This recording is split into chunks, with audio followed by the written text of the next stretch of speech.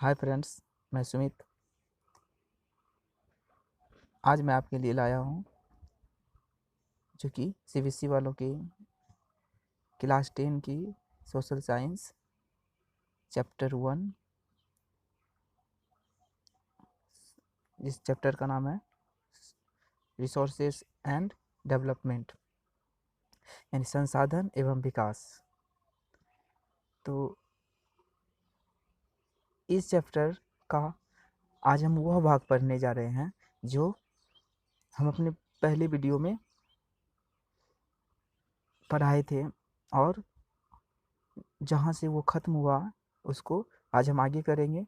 तो थोड़ा सा संक्षेप में जान ले कि रिसोर्सेस एंड डेवलपमेंट वो क्या है।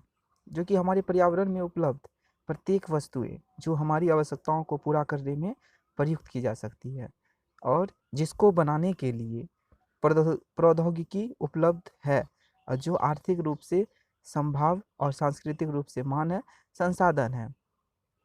तो इसी संसाधनों का वर्गीकरण निम्न प्रकार से किया जा सकता था।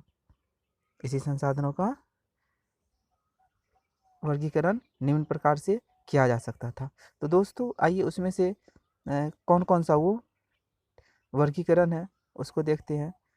तो यहाँ देख सकते हैं, on the basis of origin, on the basis of eligibility, on the basis of ownership, और एक हो गया on the basis of status of development. तो ये 4 प्रकार के वर्गीकरण, जो कि पहला है उत्पत्ति के आधार पर। वो 2 टाइप्स के होते हैं, जैव और अजैव। और जैसे कि यहाँ हम देख सकते हैं कि identify at least 2 resource from each category. तो सभी कैटेगरी में कम से कम 2 रिसोर्स जो है उसको आइडेंटिफाई कर सकते हैं, देख सकते हैं। तो सबसे पहला है कि टाइप्स ऑफ रिसोर्सेस, यानी कि रिसोर्सेस के टाइप्स, कौन कौन टाइप्स के रिसोर्सेस हैं। तो रिसोर्सेस के टाइप, तो सबसे पहला है कि on the basis of origin, on the basis of origin, यानी कि उत्पत्ति के आधार पर। क्या है? उत्पत्ति के आधार पर। तो उत्पत्ति के आधार पर, तो बायोटिक रिसोर्स, उसमें पहला आया बायोटिक रिसोर्स। तो बायोटिक रिसोर्स जो है उसको आज सरेंगे। बोला जा रहा है, these are obtained from biosphere and have life such as human beings, flora and fauna, fisheries, livestock, fisheries and livestocks. तो दोस्तों, यहाँ हम देख सकते हैं कि biotic resource this are obtained from biosphere and have life such as human beings, flora and fauna. उसके बाद हो गया fisheries and livestock etc etcetera. तो बायोटिक रिसोर्स यानी कि जैव संसाधन यानी कि कहा जा रहा है कि ये सभी संसाधनों की प्राकृतिक जीव मंडल से होती है। ये सभी संसाधनों की प्राप्ति कहाँ से होती है? जीव मंडल से। इसमें जीवन होते हैं, इसमें क्या होते हैं? जीवन होते हैं। जैसे हो गया मनुष्य, हो गया वनस्पति, हो गया प्राणी जात, हो गया मत्स्य जीव, हो गया पशुधन, हो गया। ये सभी जितने भी जीव जंतुएं वाले आइटम्स हैं वो जैव संसाधन में आते हैं। वो क्या होते हैं? जैव संसाधन में आते हैं। तो इसीलिए बोला जाता है जैव संसाधन। तो इसके बाद आएंगे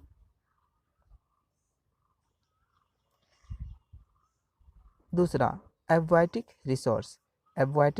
रिसोर्स यानी कि अजैव संसाधन। तो एक्वाटिक रिसोर्स, अजैव संसाधन। तो all those things which are composed of non-living things are called aquatic resource, for example rocks and metals। तो कहा जा रहा है कि ये संसाधन, वे सभी संसाधन जो निर्जीव वस्तुओं से बने होते हैं, जो निर्जीव वस्तुओं से बने होते हैं, अजैव संसाधन कहलाते हैं। जैसे चट्टानें, धातुएं, ये सभी अजैव संसाधन हैं। तो अभी हम पढ़ रहे थे टाइप्स ऑफ रिसोर्स, यानी कि उसमें से सबसे पहला आया on the basis of origin, जिसमें कि पोएटिक और एब्वाटिक दोनों को एग्जाम्पल के साथ हम पढ़ चुके हैं, और आशा है कि आपको अच्छे से समझ भी आ गई होगी। अब आगे बढ़ते हैं on the basis of exhaustibility, on the basis of exhaustibility यानी कि समापन के आधार पर, समापत्ति के आधार पर, on the basis of exhaustibility, समापन के आधार पर। तो इसमें होगा renewable resources and non renewable resources, renewable resources and non renewable resources. तो यहाँ आप देख सकते हैं रिन्यूएबल और नॉन रिन्यूएबल।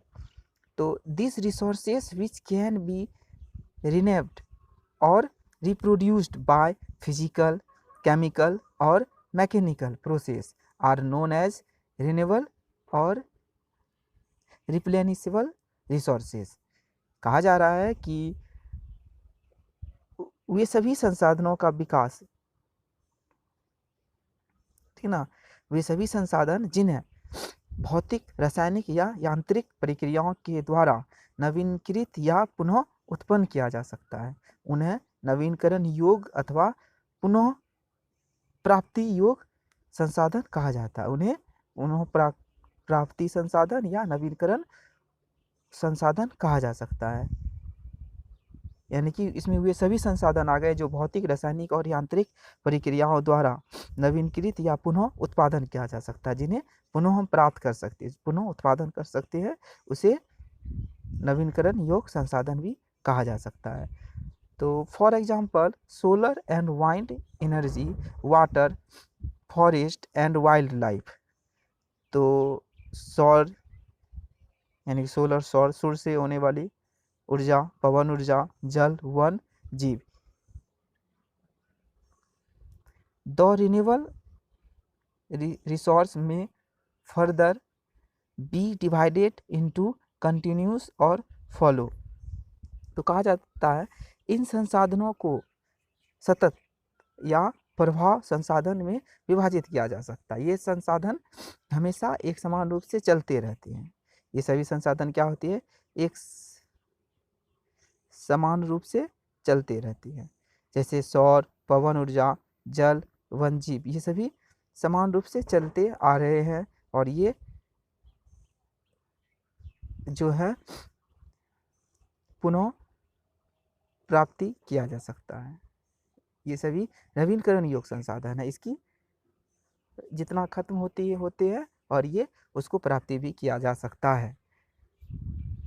तो ये हमारा हो गया रिन्यूएबल रिसोर्सेज। रिन्यूएबल रिसोर्सेज हो गया solar, wind energy, water, forest, ये सभी रिन्यूएबल है। आप देख सकते हैं सूरज की एनर्जी है, उसको हम दोबारा प्राप्त कर सकते हैं, वाटर को प्राप्त कर सकते हैं, फॉरेस्ट को प्राप्त कर सकते हैं, वाइल्ड लाइफ को प्राप्त कर सकते हैं। ये सभी रिन्यूएबल रिसोर्सेज हैं।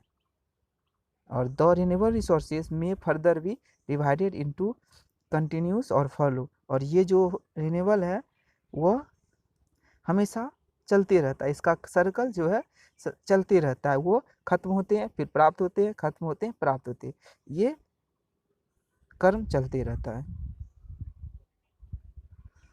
अब आएंगे उसके दूसरे टाइप्स पे, non renewable resources. Non renewable resources,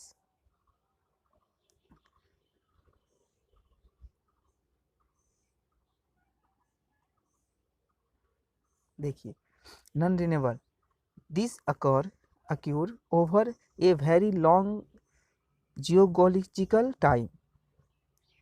तो अनवीनकरण योग्य संसाधन, तो इन संसाधनों को एक लंबे भूवैज्ञानिक अंतराल में होता है। इन संसाधनों का जो विकास होता है एक लंबे भू भौतिक अंतराल के बाद वह तुरंत विकास में नहीं आता है। और minerals and fossil fuels are example of such resources. और जितने भी हमारा खनिज जीवाश्म ईंधन है ये सभी संसाधनों का उदाहरण है। ये सभी तुरंत रिन्यूएबल नहीं कर सकती है, इस सभी को रिन्यूएबल नहीं कर सकती है। आप सोलर एनर्जी को पुनः प्राप्त कर सकते हैं, वाइन एनर्जी को पुनः प्राप्त कर सकते हैं, लेकिन आपका मिनरल्स फॉसिल फ्यूल्स ये सभी पुनः प्राप्ति नहीं किया जा सकता है। ये बहुत लंबे वर्षों के बाद ही हमें मिल सकती है। और बोला जा रहा है this resources take millions of years in their formation. इन सभी जो खनिज है इसे बनने में लाखों वर्ष लग जाते हैं। ये सभी खनिजों में और मिनरल्स में लाखों वर्ष लग जाते हैं। Some of resources like metals are recyclable and some like fossil fuels cannot be recycled and get exhausted with their uses। इसमें से कुछ संसाधन जो है जैसे कुछ धातुएं को पुनः चक्रीय है और कुछ संसाधन जैसे जीवाश्म ईंधन अचक्रीय है और यह एक बार में प्रयोग के साथ ही खत्म हो जाता है, फिर से पुनः प्राप्ति नहीं हो सकता है। तो ये थी हमारा अनवीनकरण योग्य संसाधन, यानी कि वैसे संसाधन जो जिसको बनने में लाखों वर्ष से अधिक लग जाते हैं वो हमारा अनवीनकरण योग्य संसाधन है। इसे पुनः प्राप्ति नहीं किया जा सकता, ये खत्म ही होते जाते हैं। इसीलिए इसे हम कहते हैं नॉन रिन्यूएबल रिसोर्सेज यानी अनवीनकरण योग्य संसाधन। अब नेक्स्ट चलेंगे on the basis of ownership. तो इसमें आता है दो टाइप्स का इंडिविजुअल रिसोर्सेज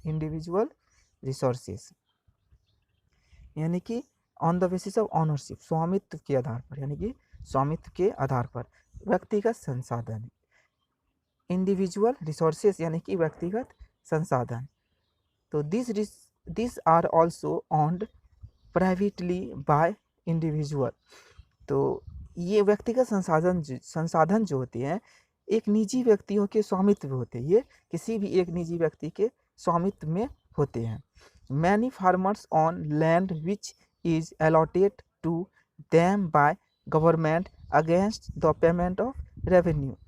एग्जाम्पल में आप समझ सकते हैं कि बहुत सारे किसानों के पास सरकार द्वारा आवंटित भूमि होती है जिसके बदले वो सरकार को लगान चुकाते हैं, जिसके बदले वो सरकार को रेवेन्यू चुकाते हैं। In villages there are people with land ownership but there are many who are landless.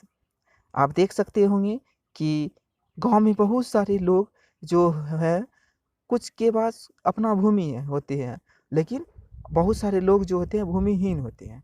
कुछ के पास अपना भूमि होते हैं, कुछ जो होते हैं भूमिहीन होते हैं, उसके पास भूमि नहीं होती है।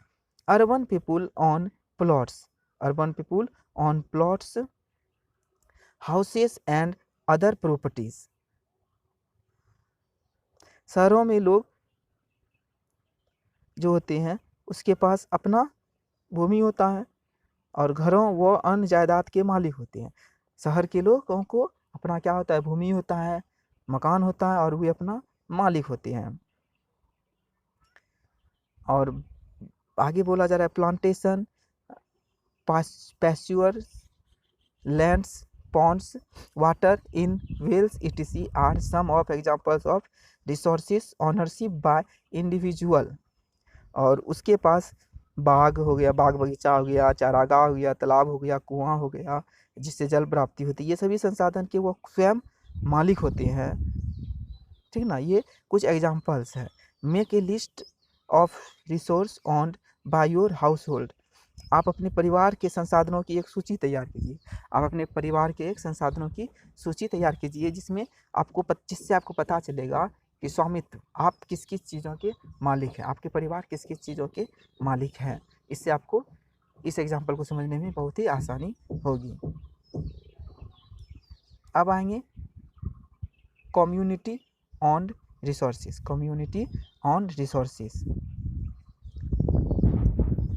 यानी कि कम्युनिटी ऑन रिसोर्सेस हो गया सामुदायिक स्वामित्व वाले संसाधन। कम्युनिटी ऑन रिसोर्सेस यानी कि सामुदायिक स्वामित्व के वाले संसाधन। तो these are resources which are accessible to all these members of community village comes,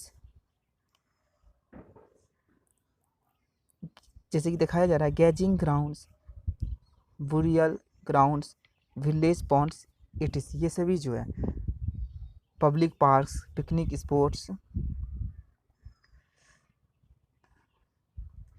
playgrounds and in urban areas are de facto accessible to all the people in living there। तो सामुदायिक स्वामित्व वाले संसाधन, तो इसमें से वे सभी संसाधन आते हैं जो समुदाय के सभी सदस्यों को उपलब्ध होते हैं, समुदाय के सभी सदस्यों को उपलब्ध होती है। जैसे कि देखते हैं कि गांव की शामिलता भूमि यानी कि चारण भूमि हो गया, शमशान भूमि हो गया, तालाब हो गया इत्यादि हो गया, और नगरीय क्षेत्र के सार्वजनिक पार्क हो गया, पिकनिक स्थल और खेल का मैदान वहाँ के रहने वाले सभी लोगों के लिए उपलब्ध है। यानी कि इसमें आ गया सामुदायिक स्वामित्व वाले संसाधन जिसमें सभी समुदाय के लोग यानी कि वहाँ उस जगह जो समुदाय के लोग हैं वे सभी लोग यूज करेंगे। तो इसमें से आता है राष्ट्रीय संसाधन, national resources. National resources, national resources देख सकते हैं। Technically all the resources belong to the nation, the country has legal powers to acquire even private properties for public goods. तकनीकी तौर पर देश में पाए जाने वाले सारे संसाधन राष्ट्रीय हैं। हमारे देश में जो भी संसाधन पाए जाते हुए क्या है, राष्ट्रीय है, और देश की सरकार को कानूनी अधिकार है कि वह व्यक्तिगत संसाधनों को भी आम जनता के हित में अधिग्रहित कर सकती है। जिसका व्यक्तिगत संसाधन है वह जनता के हित में अधिग्रहित कर सकती है। और आप देखते हैं यहाँ you might have seen roads, canals, railway begins construction on fields owned by some individuals। आप देख सकते हैं कि सड़कें, नहरें, रेल लाइनें व्यक्तिगत स्वामित्व वाले खेतों में बनी हुई होती हैं। और urban development authorities get empowered by the government to acquire land।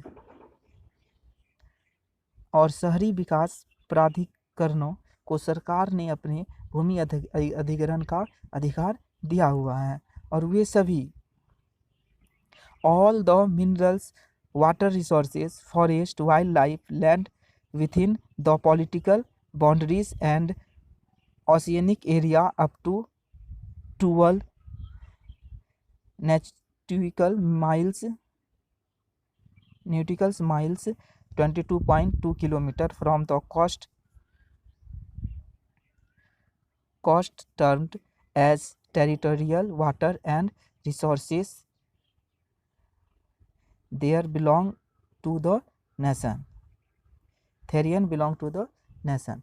तो कहा जा रहा है कि सारे खनिज पदार्थ, जल संसाधन, वन एवं वन्य जीव राजनीतिक सीमाओं के अंदर सारी भूमि यानी कि 12 समुद्र मील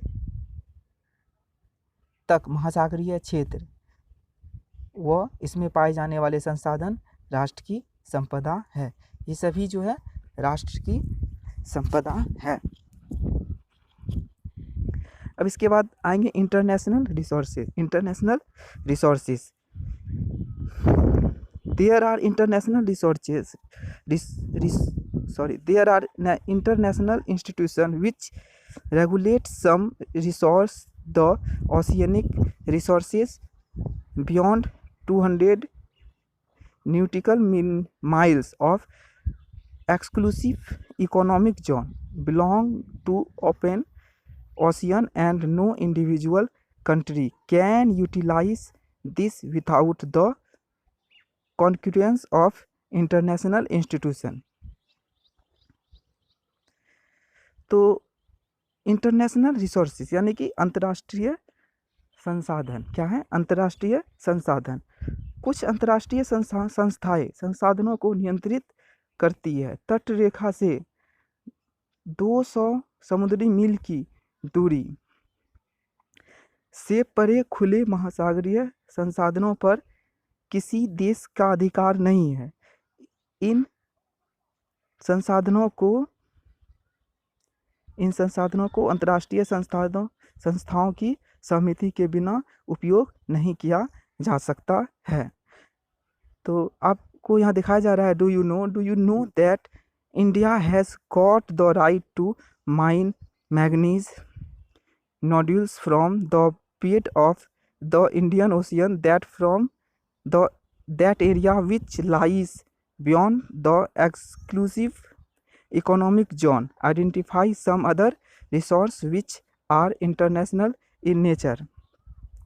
तो यहाँ आपको बताया जा रहा है कि क्या आप जानते हैं कि भारत में के पास अपवर्जक आर्थिक क्षेत्र से दूर हिंद महासागर की तलहटी से मैग्नीज ग्रंथियों का खनन करने का अधिकार है। कुछ अन्य अंतर्राष्ट्रीय संसाधनों की और भी पहचान करें, उसके बारे में आप बताएं। और उसके बाद आगे हमारा चौथा, on the basis of status of development, यानी कि विकास के आधार पर, विकास के स्तर के आधार पर। तो विकास के स्तर के आधार पर पोटेंशियल रिसोर्सेज क्या है? Potential resources. तो resources which are found in a region but have not been utilised, कहा जा रहा है ये वे संसाधन है जो किसी देश में विद्वान होते हैं, जो किसी देश में विद्वान होते हैं, but have not been utilized, जिसे उपयोग में नहीं किया गया है, जिसे उपयोग में नहीं किया गया है। फॉर एग्जाम्पल के लिए, the western parts of India particularly Rajasthan and Gujarat have enormous potential for the development of wind and solar energy, but so far these have not been developed properly। तो उदाहरण के तौर पर बताया गया कि पश्चिमी भाग विशेषकर राजस्थान और गुजरात में पवन और सौर ऊर्जा के संसाधनों की अपार संभावना है, परंतु इनका सही ढंग से विकास नहीं हुआ है। तो ये था पोटेंशियल रिसोर्सेज।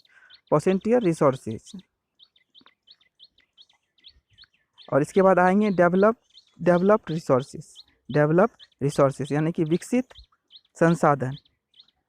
तो resources which are surveyed and their quality have been determined for utilization।